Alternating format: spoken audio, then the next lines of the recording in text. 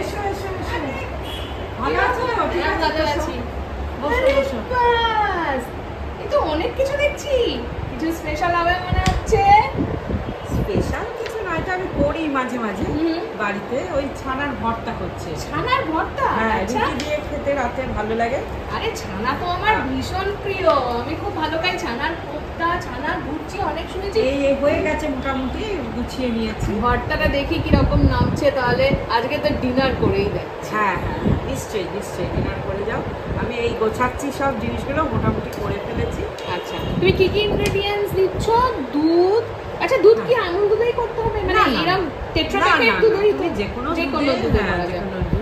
দুধ, আর ওটা হচ্ছে কর্ন, কড়াইশুঁটি, কাঁচা লঙ্কা, ক্যাপসিকাম, পেঁয়াজ, কাসুরি মেথি, টমেটো, আর দুধটাকে ফাটাবার জন্য যে এটা ভিনিগার। ভিনিগার। আচ্ছা ঠিক আছে, এবার ভিনিগারটা দিচ্ছি। এই দিয়ে দিলাম, দিয়ে কিন্তু গ্যাসটা অফ করে দেবো সঙ্গে সঙ্গে। এবার আস্তে আস্তে ছানাটা কেটে যাবে। দেখো এই দেখো, জল আর দুধ আলাদা হয়ে যাচ্ছে। এই যে দুধটা এবার ফুটে উঠছে, একটু জল নিয়েছি, দিয়ে তাতে একটু ভিনিগার দিচ্ছি, দিয়ে এইটা মিশিয়ে রাখছি। এটা দিয়ে দুধটাকে ছানা কাটাবো। 1 লিটার দুধে এই 2.5 মতো দিলাম, এতেই ছানা হয়ে যাবে। জলের মধ্যে 2.5 কাপ মতো, 2.5 ছিপি মতো ভিনিগার দিতে হবে। ভিনিগার, হ্যাঁ। এই দুধটা ফুটে উঠছে, এইবার আমি ভিনিগারটা দিয়ে এটা ছানা কাটিয়ে দেব। ছানার জলটা ছেঁকে নিচ্ছি, কিন্তু খুব একদম টাইট করে ছাঁকছি না, একটু জল জল রাখছি। হ্যাঁ, নরম নরম রাখছি। এই যে ছানাটা, এবার ছানাটাকে এবার ভালো করে ছেঁকে নিচ্ছি। ছেঁকে কিন্তু একটু সাদা জল দেবো, হ্যাঁ, কারণ এটা ভিনিগার দিয়ে হয়েছে তো, নাহলে একটু টক টক হয়ে যাবে।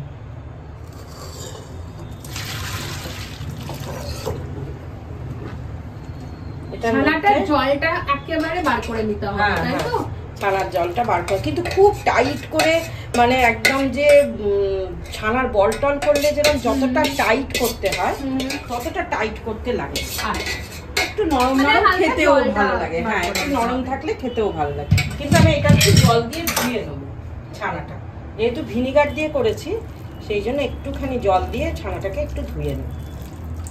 কাঁচা লঙ্কা আর এইখানে পেঁয়াজ, এটা একটুখানি আমি গ্রেট করে নিচ্ছি। আর টমেটোটাকে গ্রেট করলাম না, কারণ টমেটো গ্রেট করে নিলে পুরো জল ছেড়ে দেবে, সেই জন্য।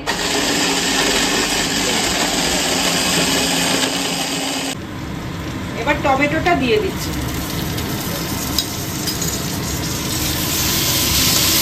টমেটোটা দেওয়ার পর না একটু নুন দিয়ে দিচ্ছি, তাহলে টমেটোটা তাড়াতাড়ি সিদ্ধ হয়ে যাবে।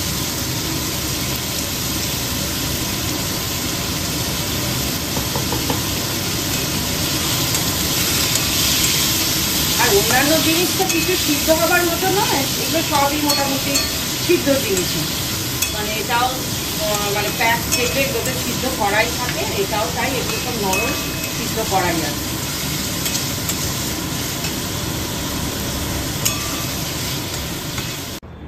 আচ্ছা বৌদি, তাহলে তোমার ছানা হয়ে গেছে, পেঁয়াজটাকেও তুমি মিক্সিতে করে নিয়েছো, অল ইনগ্রেডিয়েন্টস রেডি। এবার তাহলে প্রসেসটা স্টার্ট হবে। এবার আমি তেলটা দিচ্ছি। বেশি তেল লাগে না কিন্তু, এটা অল্প তেলের রান্না, একদম স্বাস্থ্যকর। হ্যাঁ, স্বাস্থ্যকর রান্না, বেশি তেল লাগে না। পনির জিনিসটাও একটা তৈলাক্ত ভাব থাকে, ওই জন্য ওতে এত তেল লাগবে না। তেলটা গরম হলে আমি একটুখানি পেঁয়াজটা আগে দিয়ে দেবো। পেঁয়াজ আর কাঁচা লঙ্কা এতে গ্রেট করা আছে। এখন যা দিনকাল পড়েছে, তাতে একটু লেস অয়েল রান্নাটা খাওয়াটাও আমাদের আমাদের সকলের জন্যই ভালো, এটা একদম ঠিক বলেছে।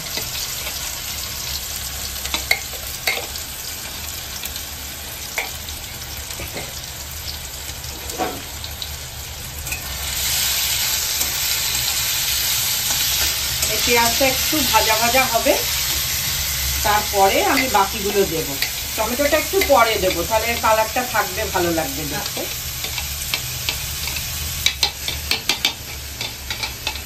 পেঁয়াজটা দিয়ে দিলাম।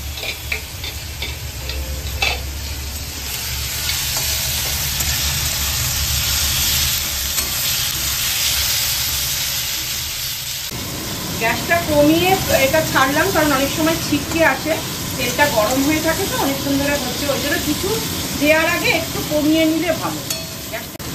পরিমাণটা কিন্তু না দেখানো হয়েছে এখানে, এক্স্যাক্টলি সেটাই, মানে 1 লিটার দুধের জন্য যা যা জিনিস আমরা বাকিতে এখানে বৌদি প্রেজেন্ট করেছে সেগুলোই কিন্তু লাগবে। এবার দেখো টমেটোটা একদম নরম হয়ে সিদ্ধ হয়ে গেছে, মাখা মাখা হয়ে গেছে। এবার আমি বাকি ইনগ্রিডিয়েন্টসগুলো দিতে থাকবো। ভুট্টাটা দিলাম, এটা সুইট কর্ন, আর কড়াইশুঁটি দিলাম, এটা ফ্রোজেন কড়াইশুঁটি। এগুলো হালকা একটু নাড়াচাড়া করে, তো বেশি মানে এটা নিয়ে বেশিক্ষণ করার কিছু নেই। এখন তো অফ সিজন কড়াইশুঁটি তো পাওয়া যাবে হ্যাঁ, না, ওইগুলো সব ফ্রোজেন কড়াইশুঁটি frozen ইউজ করতে হবে। ফ্রোজেন দিলাম। আর ক্যাপসিকামটা দিচ্ছি, ক্যাপসিকামটা যাতে গলে না যায় ওই জন্য লাস্ট একটু মানে ক্রাঞ্চি থাকলে ক্যাপসিকাম খেতে ভালো লাগে, সেই জন্য আমি একটুখানি পরে দিচ্ছি ক্যাপসিকাম, ক্রাঞ্চি থাকে যাতে জিনিসটা। কি কালারফুল হয়েছে দেখো, এটাই ভালো লাগে। ওয়াও, সত্যি হ্যাঁ, খুব কালার, এটাই তো মনে হচ্ছে, নিয়ে একটু খেয়ে নিই। খুব সুন্দর কালারফুল হয়েছে। আর এবার একটু কসুরি মেথিটা দিচ্ছি, এতটা দেবো না কিন্তু, হ্যাঁ একটু দিচ্ছি। এটা দিলে তো একটা দারুণ একটা গন্ধ আছে, হ্যাঁ। গন্ধ আসছে। দেখো নাড়াচাড়া করে এইটা জিনিসটা পুরো আমার ঘরটা রেডি হয়ে গেল, ছানার ঘরটা। বাহ, এবার আমি এটা বাটিতে সার্ভ করব, ঠিক আছে? এটা তো পরোটা বা রুটি, হ্যাঁ, হ্যাঁ, হ্যাঁ। যেকোনো একটা দিয়ে যেকোনো একটা দিয়ে খুব সুন্দর লাগে।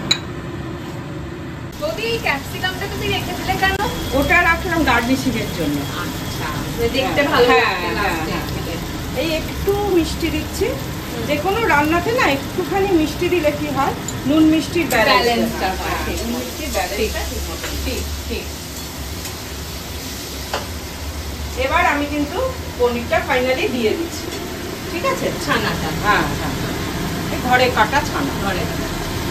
ঘরে বানানো যে কোনো জিনিসেরই একটা অপূর্ব টেস্ট হয় কিন্তু। হ্যাঁ, এটা একদম আমরা ঠিক বাইরের কথা খাবার বলেছো। খাই, হ্যাঁ, হ্যাঁ। আর ঘরের খাবার 7 দিন বাইরে খেয়ে এসে না, না। তখন মনে হয় বাড়িতে কখন ডাল দিয়ে, ভাতটাও কিন্তু দুর্দান্ত লাগে। একদম ঠিক বলেছো, বাড়ির চাল ভাতটাই তখন একদম বিরাট ভালো লাগে।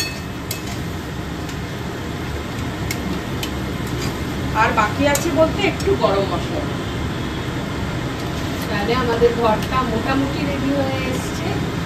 ভালো সুন্দর একটা কড়াইশুঁটি, কসুরি মেথি গন্ধ বেরোচ্ছে। আর তুমি যদি ধনেপাতা দিতে চাও, অনেকে ধনেপাতার গন্ধটা পছন্দ করে তো, হুম। তাহলে কসুরি মেথিটা না দিলেও চলবে।